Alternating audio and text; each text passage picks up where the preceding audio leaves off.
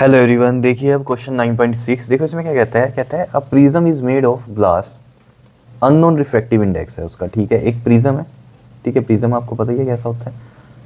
ठीक है, और इसका अननोन है रिफ्रैक्टिव इंडेक्स। ठीक है, म्यू क्या है इसका, अननोन है। A parallel beam of light is incident on a face of prism. ठीक है, एक पैरेलल बीम गई, ठीक है, फेस ऑफ प्रिज्म पे। The angle of minimum deviation is measured to be 40 degree. आपको पता है angle of deviation delta M होता है हमारा, वो कितना होता है 40 डिग्री है इसके हिसाब से। What is the refractive index of the material of the prism, यानी कि हमें ग्लास का रिफ्रैक्टिव इंडेक्स बताना, ग्लास का ही बना हुआ है वो। ठीक है, now the refracting angle of the prism is 60 degree. ये जो है इसका 60 डिग्री है, जिसको हम ए से लिखते हैं। ठीक है, तो पहले तो इतनी बात करते हैं, फिर आगे की कहानी को समझेंगे। ठीक है, तो देखो आपको सभी को पता है जो रिफ्रैक्टिंग जो होता है हमारा refractive index of prism is equal to में जो फॉर्मूला बना था हमारे पास, वो क्या बना था, साइन ए प्लस में delta M by two upon में साइन ए बाई टू। ये था फॉर्मूला। एक्चुअल में ये आपको कहानी पता है कि ये ग्लास का होता है refractive index with respect to air, because यहाँ पर क्या है, एयर है और ये क्या है, ग्लास है। ठीक है, तो इसको हम इस तरीके से लिख देते थे कि ये चीज़ है ना, तो म्यू जी है, ठीक है, और अपॉन में म्यू ए है इसके अकॉर्डिंग। ठीक है ना, और म्यू ए क्या हो जाता था 1, तो ये म्यू जी ही बचता था, जिसको मैं म्यू लिख देता था बस, और कोई बात नहीं है। ठीक है, नहीं तो ये है कैसा, म्यू जी अपॉन में म्यू ए, या फिर अगर ये रिफ्रैक्टिव इंडेक्स 2 है, ये 1 है, तो म्यू 2 बाई म्यू 1 होता है ये। ठीक है, समझ रहे हो बात। तो रिफ्रैक्टिव इंडेक्स ही निकलेगा यहाँ से प्रिज्म का। तो साइन ए कितना है इसमें हमारे पास 60, और ये है 40 डिवाइड बाई 2 अपॉन में साइन ए कितना है 60, 60 बाई 2। तो यहाँ से अगर आप देखोगे तो ये बन जाएगा हमारा साइन 60 प्लस 40 100, 100 बाई 2 कितना 50 अपॉन में ये साइन 30। अब इसकी वैल्यूज़ आप कहाँ से देख सकते हो, साइन टेबल से देख सकते हो। ठीक है, इसमें अगर पेपर में नहीं आपको साइन टेबल मिलता तो इनकी वैल्यूज़ गिवन होगी आपको, आप टेंशन मत लेना इस चीज़ की। ठीक है, तो साइन 50, अगर यहाँ साइन 50 नहीं आ रहा आपका तो समझ लेना, और जो पेपर में आपको वैल्यू दी है साइन 50 की, तो समझ लेना फिर आपका कुछ गड़बड़ हुआ है। ठीक है ना, कहीं सोचो। तो साइन 50 की वैल्यू है, अगर आप ये देखोगे यहाँ पर, अगर आपको दिखाई दे रही है, ये देखो 0.7660, 0.7660 अपॉन में साइन 30 की वैल्यू भी यहीं से देख सकते हैं हम। साइन 30 की वैल्यू है हमारे पास 0.5000। ठीक है, ये है यहाँ पर। ठीक है, नहीं दिख रहा है तो आप साइन टेबल देख लेना खुद से, उसमें आपको दिख जाएंगी। ठीक है, ये बात क्लियर है।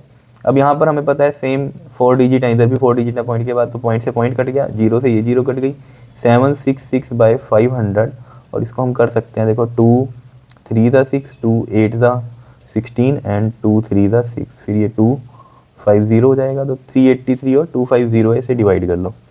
383 को 250 से, तो ये 1 पे जाएगा, पहले 250 हो गया, 3 8 में से 5 गया, अगेन 3, और ये 1 आ गया। ठीक है, फिर 0 लगेगा, क्लियर, क्योंकि वैसे तो जा नहीं रहा था, तो यहाँ पॉइंट आ जाएगा।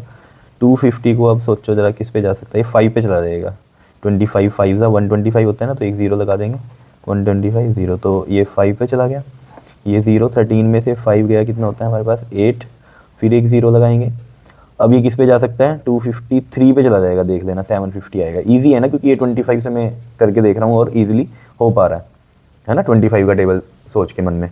ठीक है, समझ रहे हो, और एक 0 है तो एक 0 एक्स्ट्रा लगा रहे हैं बस। ये तो ये कितना आ रहा है हमारे पास 1.53 आ रहा है रिफ्रैक्टिव इंडेक्स ऑफ ग्लास या जो प्रिज्म है। ठीक है, प्रिज्म जिस मटेरियल का बना है, क्लियर, ये आ गया समझ में।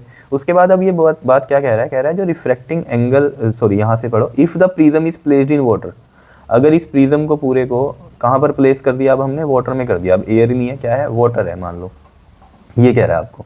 तो कह रहा है predict the new angle of minimum deviation of a parallel beam of light. ठीक है, तो अब यहाँ जो भी मिनिमम डेविएशन एंगल बनेगा हमारा, ठीक है, इस तरीके से बनता है ना, ये ऐसे जाएगा, ये मिनिमम एंगल डेविएशन, मान लो यहाँ पर कुछ रिफ्रैक्शन हुई ऐसे, ठीक है, तो ये बनता है minimum deviation angle delta M. तो ये चीज़ पूछ रहा है आपसे कि अब नया एंगल क्या बनेगा, जैसे पहले 40 डिग्री था जब प्रिज्म क्या था, एयर में था, अब नॉर्मल अगर हम इसको वाटर में कर रहे हैं तो बताओ कितना एंगल ऑफ डेविएशन होगा। तो फॉर्मूला यही चलेगा, सिंपल है।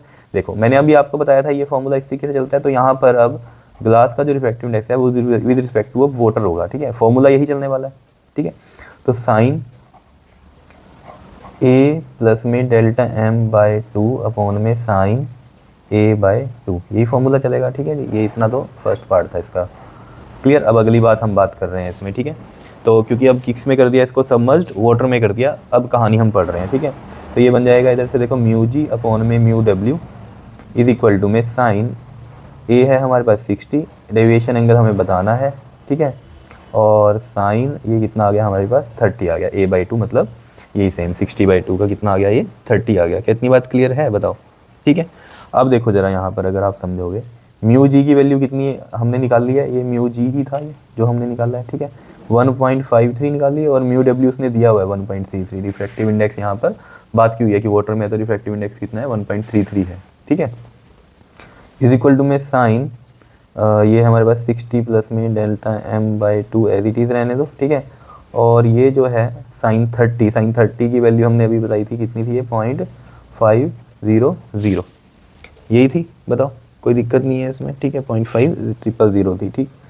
अब यहाँ पर देखो हम क्या कर सकते हैं, इसको इधर ले जाओ 1.53 अपॉन में 1.33 इंटू में ये 0.5000 है ना, ठीक है। तो मैं इसको 0.5 ही लिख लेता हूँ, कोई दिक्कत नहीं है, ठीक है। देखो 0.5 है, ठीक है, 000 है ये। अब मैं मान लो पॉइंट हटाऊंगा इसका, ठीक है, क्या आएगा 10,000 आएगा नीचे, ठीक है। ये 3 जीरो इससे कट गई और दोबारा से 5/10 कितना बनेगा 0.5 ही बनेगा, तो मैंने 0.5 ही लिख लिया इसको इधर। और ये है हमारे पास साइन 60 प्लस में डेल्टा m/2, ठीक है।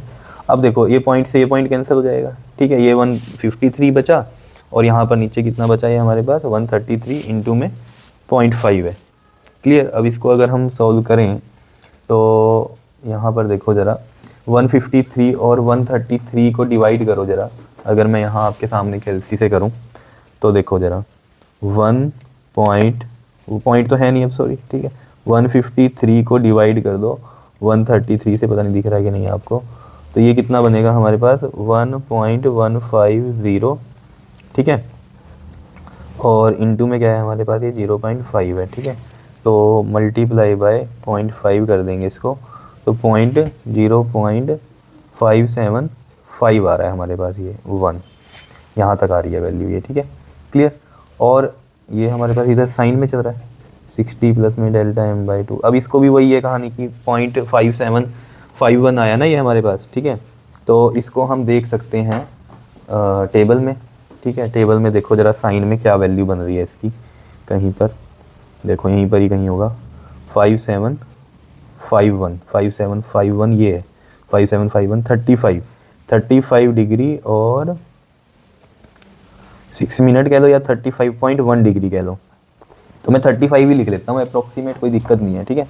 तो इसको मैं लिख लेता हूँ यहाँ पर देखो साइन 35 डिग्री लिख लिया इसको 0.5751 को, और इधर ये साइन 60 प्लस में डेल्टा m/2 चल रहा है, ये साइन से साइन कैंसिल, तो ये 35 इज इक्वल टू में 60 प्लस में डेल्टा m/2 करूँगा, 2 इधर ले जाओ, कितना बन गया ये 70, माइनस में इधर 60 ये कर दो, तो एंगल ऑफ जो डेविएशन अब जो नया आया है वो कितना आया है 10 डिग्री का आया है।